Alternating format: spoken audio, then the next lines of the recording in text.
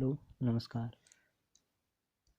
हमारी परसेंटेज की सीरीज चल रही है, उसको आगे बढ़ाएंगे। आज का टाइप है इस प्रकार का कि कोई गृहिणी है, उसकी चीनी के मूल्य में वृद्धि हो गई, फिर वापस उसको खपत में कितना प्रतिशत कमी की जाए ताकि उसका खर्चे में कोई प्रभाव नहीं पड़े। जैसे 100 रुपये की वस्तु है, इस पर 20% यानी शक्कर में 20% की वृद्धि होने पर वो 120 हो जाती है, लेकिन उसको खपत में कितना कमी करनी पड़े ताकि उसके खर्च में कोई प्रभाव नहीं आए। इस प्रकार के क्वेश्चन आएंगे। तो 120 में आप कितना कम करोगे? 20 कम करोगे ताकि वो 100 आ जाए। तो इसकी फ्रैक्शन होती है 1/6। जैसे 1/6 आ जाते हैं तो आप क्या करोगे, इसको प्रतिशत में चेंज करोगे, 16/2/3%। तो आज हम इस प्रकार के क्वेश्चन करेंगे। तो चलिए शुरू करते हैं आज के क्वेश्चन। देखिए, हमारा फर्स्ट क्वेश्चन है, गेहूं के मूल्य में 25% की वृद्धि हो जाती है तो गेहूं के खपत को कितना प्रतिशत कम करना होगा ताकि गेहूं पर खर्चा अपरिवर्तित रहे। तो क्वेश्चन क्या कह रहा है, 25% की वृद्धि कर रहा है, यानी पहले कितना था, 100 था, अब वृद्धि कितनी कर रही है, 25%। तो आया कितना है, 125। अब क्या कह रहा है, खपत को कितना कम किया जाए, यानी 125 है, वापस 100 लाने के लिए कितना कम करोगे आप, 125 में से 25 से कम करोगे। तो इसकी फ्रैक्शन क्या आएगी, 25 में एक बार और 125 में 5 बार, फ्रैक्शन आएगी 5। तो 1/5 आते ही आप क्या करोगे, इसको याद होना चाहिए 20% होता है। तो खपत में कितने प्रतिशत की कमी करेंगे, 20% की। या आप इस क्वेश्चन को इस प्रकार भी कर सकते हो, जैसे 25% की वृद्धि कर रहा है तो 25% की फ्रैक्शन क्या होती है, 1/4 होती है। तो कितनी वृद्धि कर रहा है, 4 में 25% की वृद्धि कर रहा है, यानी 1 की वृद्धि कर रहा है। तो आया कितना, 5। वापस 4 लाने के लिए कितनी कमी करोगे, 5 में से 1 कमी करोगे, 1/5 आया। इसकी फ्रैक्शन 1/5 का प्रतिशत होता है 20%। तो ये हमारे खपत में 20% की कमी करेंगे। अब हमारा अगला क्वेश्चन है, यदि चीनी के मूल्य में 20% वृद्धि हो जाती है तो एक व्यक्ति अपनी खपत में कितने प्रतिशत कटौती करें कि खर्चा न बढ़े। अब की बार कितने की वृद्धि हो रही है, 20% की। तो 100 थे, वृद्धि होगी 20% की, कितना हो गया, 120। तो 120 को वापस 100 लाने के लिए कितना माइनस करोगे आप, 20 माइनस करोगे। तो इसकी फ्रैक्शन क्या आएगी, 1/6। 1/6 आते ही आपको याद होना चाहिए इसकी प्रतिशत कितना होता है, 16/2/3%। या आप इसको क्या करोगे, प्रतिशत लेके 20% है, 20% की फ्रैक्शन होती है 1/5। तो वृद्धि करेगा कितना आएगा, 6। 5 में 1 की वृद्धि करेगा 6। 6 से वापस 5 लाने के लिए कितनी कमी करोगे, 1/6 की 1/6 भिन्न का प्रतिशत मान होता है 16/2/3%। इस प्रकार के क्वेश्चन आएंगे। तो यहाँ पे आपको इस क्वेश्चन में यहाँ चेंज देगा, यहाँ पे कभी कोई संख्या दे देगा, यानी कह देगा यदि किसी संख्या में इतने प्रतिशत की वृद्धि हो रही है, या यहाँ पे अलग अलग दे देगा, वस्तु का नाम चेंज कर देगा और ये प्रतिशत चेंज कर देगा, आपको पूछ लेगा कितने प्रतिशत की वापस कमी करने पर वही मूल्य आ जाए। ठीक है। तो अब हमारा अगला क्वेश्चन है 3 नंबर क्वेश्चन में क्या कर रहा है, कमी कर रहा है। इतने लास्ट क्वेश्चन थे फर्स्ट और सेकंड, उसमें तो वृद्धि कर रहा है, अब की बार कमी कर रहा है।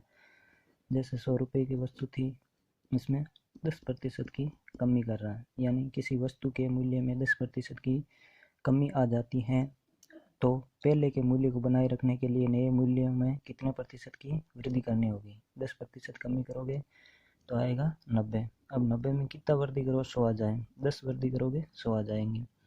तो यहाँ से 1/9 भिन्न आ गई। जैसे 1/9 भिन्न आती हैं तो उसको आपको याद होना चाहिए इसका प्रतिशत कितना होता है, 11 से 1/9%।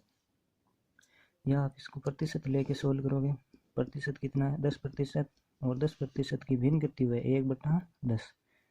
1/10 में कितनी कमी करी 10%, तो 10% 1 होता है, तो 10 में 1 की कमी करोगे 9 आएगा। अब वापस 10 लाने के लिए 1 बढ़ाओगे तो 1/9 आते ही आप जानते हो इसका प्रतिशत मान होता है 11/1/9%। तो इसमें कमी का पूछ लिया, तो इस प्रकार वो लैंग्वेज घुमाता जाएगा। ठीक है, अगला क्वेश्चन देखते हैं। एक संख्या को पहले 20% बढ़ाया जाता है और फिर 10% घटाया जाता है, तो संख्या में प्रतिशत कमी या वृद्धि ज्ञात करें।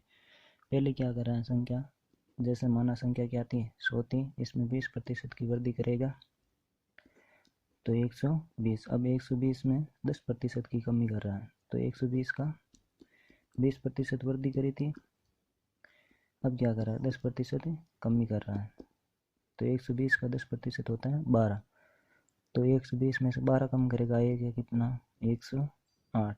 तो पहले 100 थी, अब कितनी है 8। कितने प्रतिशत की वृद्धि हुई, जैसे 100 पर 8 की वृद्धि हुई थी, तो हमारा कितना प्रतिशत आ रहा है 8%। या इसको आप क्या करोगे, इसका एक दूसरा तरीका है, जैसे 20% वृद्धि की थी। 20% की फ्रैक्शन क्या होती है 1/5, यानी पहले 5 था और उसके बाद में वृद्धि कितनी होगी 1 की, 6 हो गया।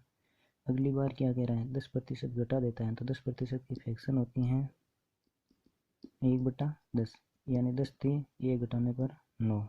फिर आपको क्या करना है, इसको गुणा करना, कितना आएगा 50, इसको गुणा करोगे तो कितना आएगा 54।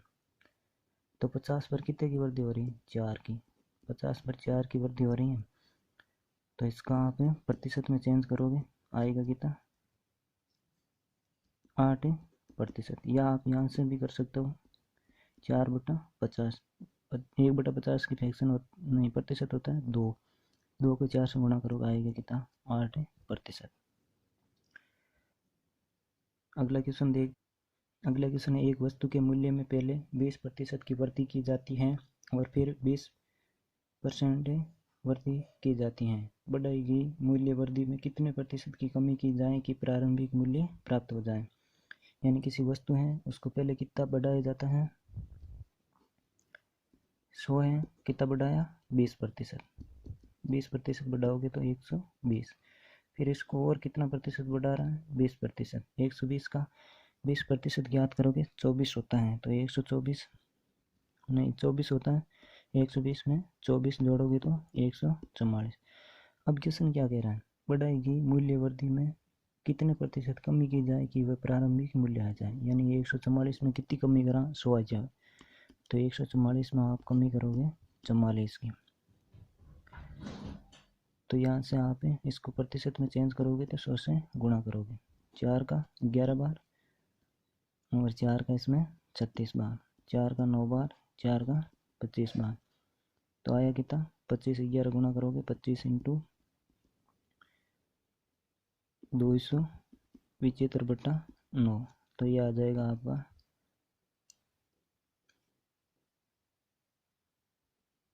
30.5/9%। या आप इसको ऐसे भी कर सकते हो, जैसे पहले 5 की वृद्धि हो रही है 20% की वृद्धि हो रही है, 20% की फ्रैक्शन होती है 1/5, तो 5 में 1 की वृद्धि होगी 6, अगली बार भी 1 की वृद्धि हो रही है 6, तो इसको गुणा करो कितना आएगा 25, इसको गुणा करोगे कितना आएगा 36, कितने की वृद्धि हो रही है 36 हो गया। अब 36 से वापस 25 लाने के लिए आप कितना माइनस करोगे, 36 में 11 माइनस करोगे, इसको आप प्रतिशत में चेंज करोगे आएगा 30.5/9%।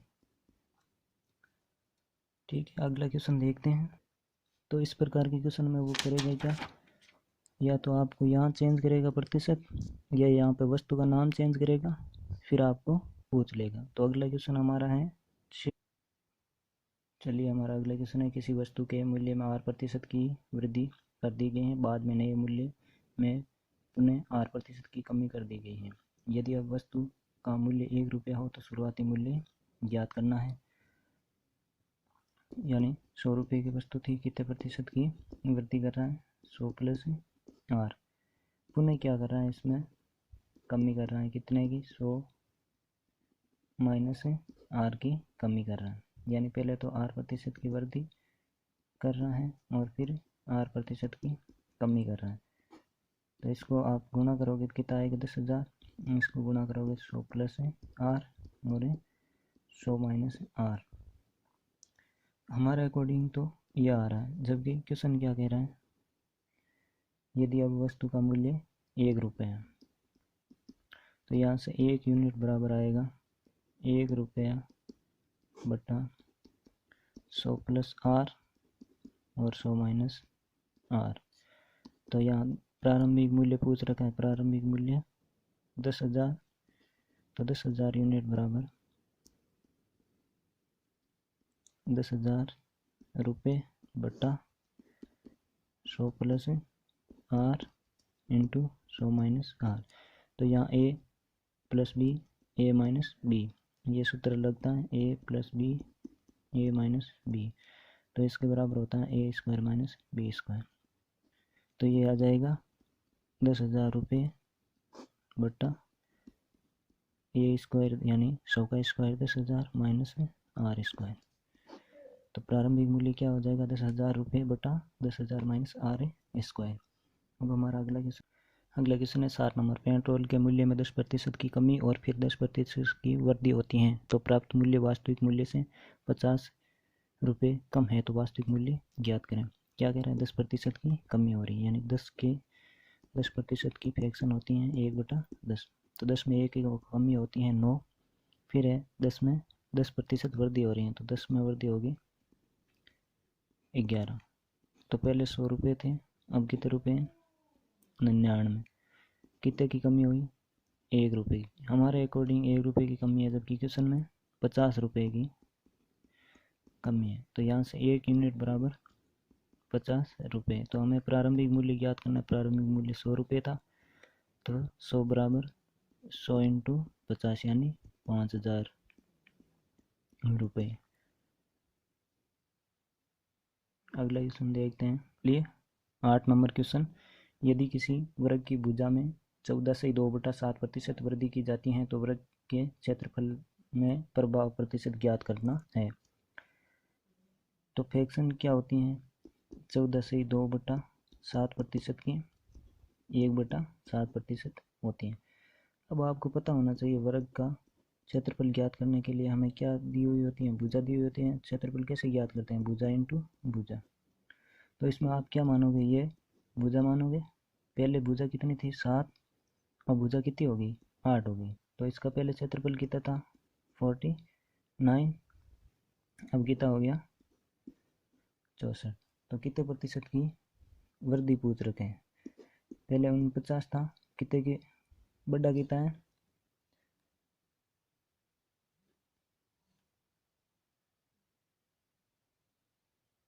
यानी पहले 49 था और अब 64 हो गए, कितने बड़े 15, किस पर, 49 पर।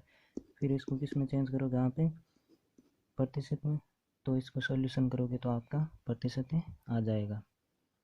नेक्स्ट क्वेश्चन देखते हैं, क्वेश्चन नंबर 9। यदि एक आयत की लंबाई में 20% वृद्धि की जाए और इसकी चौड़ाई में 25% घटा दिए जाए तो इसका क्षेत्रफल पर क्या प्रभाव होगा।